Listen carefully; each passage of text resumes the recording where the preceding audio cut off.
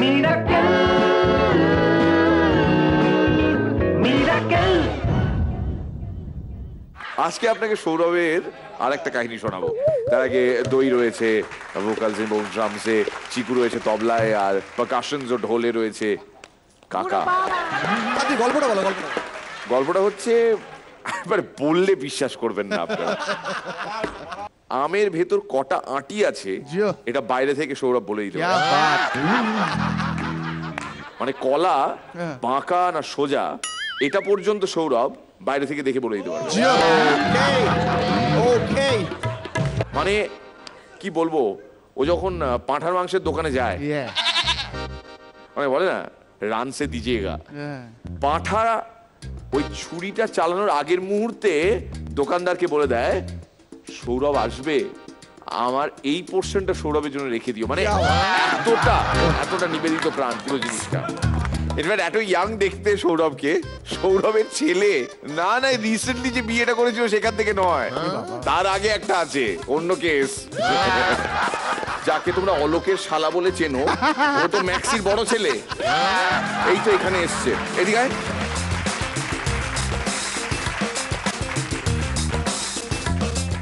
সৌরভের ছেলে, বাবা বলে জড়িয়ে ধরো, বাবাকে প্রণাম করো, যাও যাও।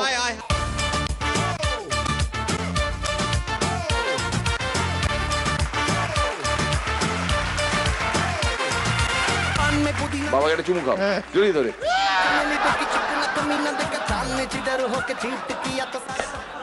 বাড়াবাড়ি করে ফেলছি আমরা, যাকে আমাদের থেকেও বেশি বার বেড়েছে যাদের, তাদের ডেকে নেব। Please welcome Abhijit Banerjee from Bankura, তার সঙ্গে আবু হেনা রনি।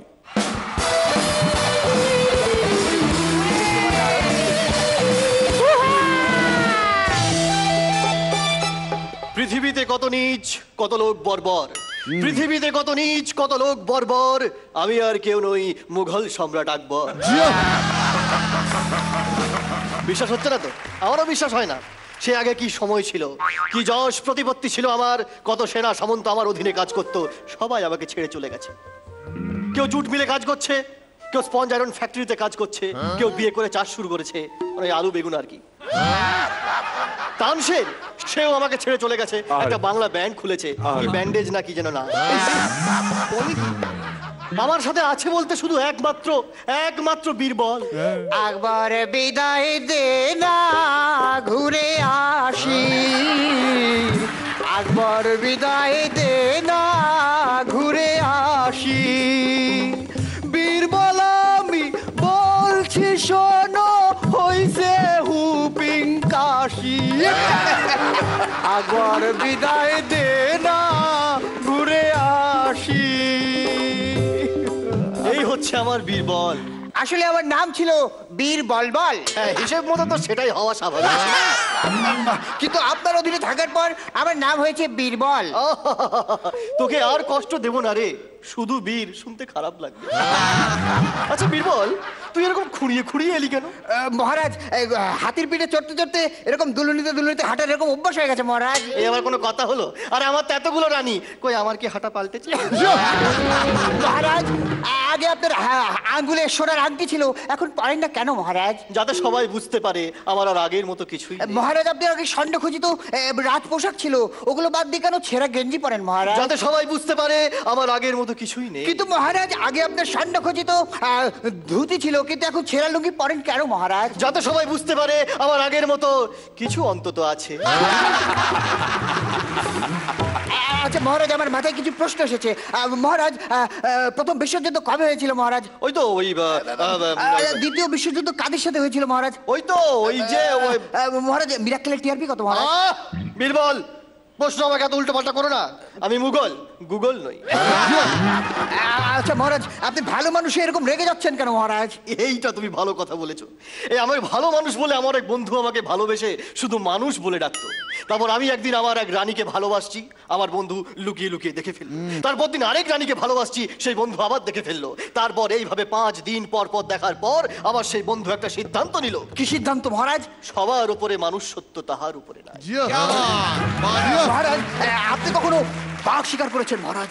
দেখো কথা, আমি আকবর হয়ে বাঘ শিকার করবো না? আরে একবার জঙ্গলে গেছি বাঘ শিকার করতে, গিয়ে দেখি 20 হাত দূরে একটা ভয়ঙ্কর বাঘ আমার দিকে পেছন ফিরে দাঁড়িয়ে আছে। আপনি সাথে সাথে গুলি করলেন? না, আমি আরো 10 হাতে গিয়ে গেলাম। এবার আপনি যে গুলি করলেন? না, আমি আরো 5 হাতে গিয়ে গেলাম। এবার আপনি যে গুলি করলেন? না, আমি আরো 2 হাতে গিয়ে গেলাম। এ কি বাঘ শিকার করতে গেছিল নাকি বাঘের সাথে আড্ডা দিতে? মহারাজ, বাঘটার ওজন কত ছিল মহারাজ? পাক্কা 200 কেজি। আপনি কিভাবে বুঝলেন? ওই বাঘের লেজে চুমুকে। এভাবে কোনোদিন ওজন বলা যায়? প্রথমে রনিদাও বিশ্বাস করতে চাইনি। একদিন আমি একটা বাঘের লেজে চুমু খেয়ে বললাম বাঘটার ওজন 375 কেজি। রনিদা বললো হতেই পারে না, আমি বিশ্বাস করি না। আমরা বললাম আমরা তো এইভাবেই ওজন করি। তারপর আমি তাকে বিশ্বাস করানোর জন্য সেনাপতিকে ডেকে বললাম, সেনাপতি বাঘটার ওজন কত? সেনাপতি বাঘের লেজে চুমু খেয়ে বললো 375 কেজি। রনিদা তাও বিশ্বাস করলো না। আমি বললাম সেনাপতি যাও রানীকে ডেকে নিয়ে এসো। এই সেনাপতি ছুটতে গেল, ফিরে এসে বলল রানী এখন আসতে পারবে না। কেন? উনি শের সিংয়ের ওজন নিচ্ছেন। না মানে ওই রানীর পোষা বাঘটার নাম শের সিং।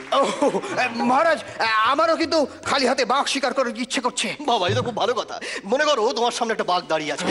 দাঁড়াও, মনে করো তোমার সামনে একটা বাঘ দাঁড়িয়ে আছে। তুমি কারাটের পোজ নিয়ে দাঁড়াও। এতটা ডান দিকে না, একটু বাঁ দিকে। একটু একটু ডান দিকে চাপো, ডান দিকে চাপো। এই গোলটার মধ্যে দাঁড়াও, গোলটার মধ্যে। হ্যাঁ হ্যাঁ, একটু একটু এক্সপ্রেশন দাও, এক্সপ্রেশন। এ কি আকবর না শুভঙ্কর? আচ্ছা বীরবল, তানসেন তো এখন নেই, তুই একটা গান শোনা না। মহারাজ পারবো না। আচ্ছা ঠিক আছে, তাহলে আনারকলি নেই, তুই একটা ডান্স কর। আমি পারবো না। আনারকলি এখন ডান্স বাংলা ডান্সে গেছে। সে কি? আনারকলি কোথায় গেল? ডান্স বাংলা ডান্সে কার পারমিশন নিয়ে গেল? শুভঙ্কর দাস। ও তাহলে ঠিক আছে। আচ্ছা তাহলে তুই আনারকলির পরিবর্তে একটা নাচ করে দেখা। মহারাজ, যে যখন থাকবে না তখন তার কাজ আমাকে করতে বলবেন। যখন তানসেন ছিল না আপনি বললেন বীরবল একটা গান করো। যখন আনারকলি ছিল না বীরবল নাচ করো। আর সেদিন মহারানী ছিল না। বীরবল আপনি তো আমাকেই রান্না করতে বললেন। দেখলি এই রান্নার কথা বলে আমার খিদে পাইয়ে দিলি। এবার কি করবো? কিছু করার নেই, চল রনিদার হোটেলে যাই, রুটি তড়কা খেয়ে আসি। এই তুই এভাবে কথা বলিস না, লোকজন বুঝে যাবে আমরা ছদ্মবেশে ঘুরছি। বুঝুক না, খিদে পেয়েছে, কি করা যাবে? খেতে হবে। এবার তো দেরি করলে হোটেল বন্ধ হয়ে যাবে। কিন্তু তাহলে এখানে কি করবো? কি করবি? বাউ কর।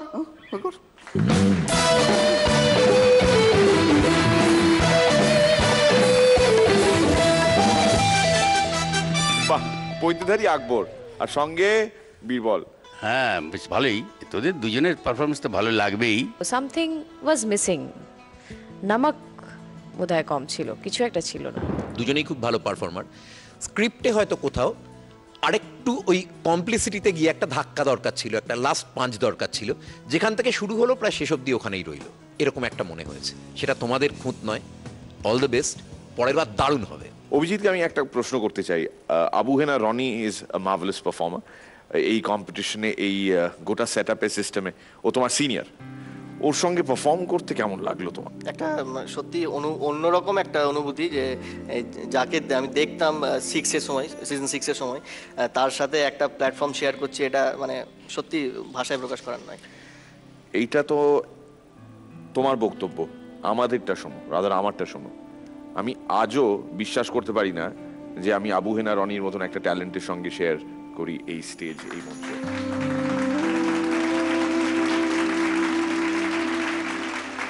Thank you, Ronnie. Thank you so much. Please.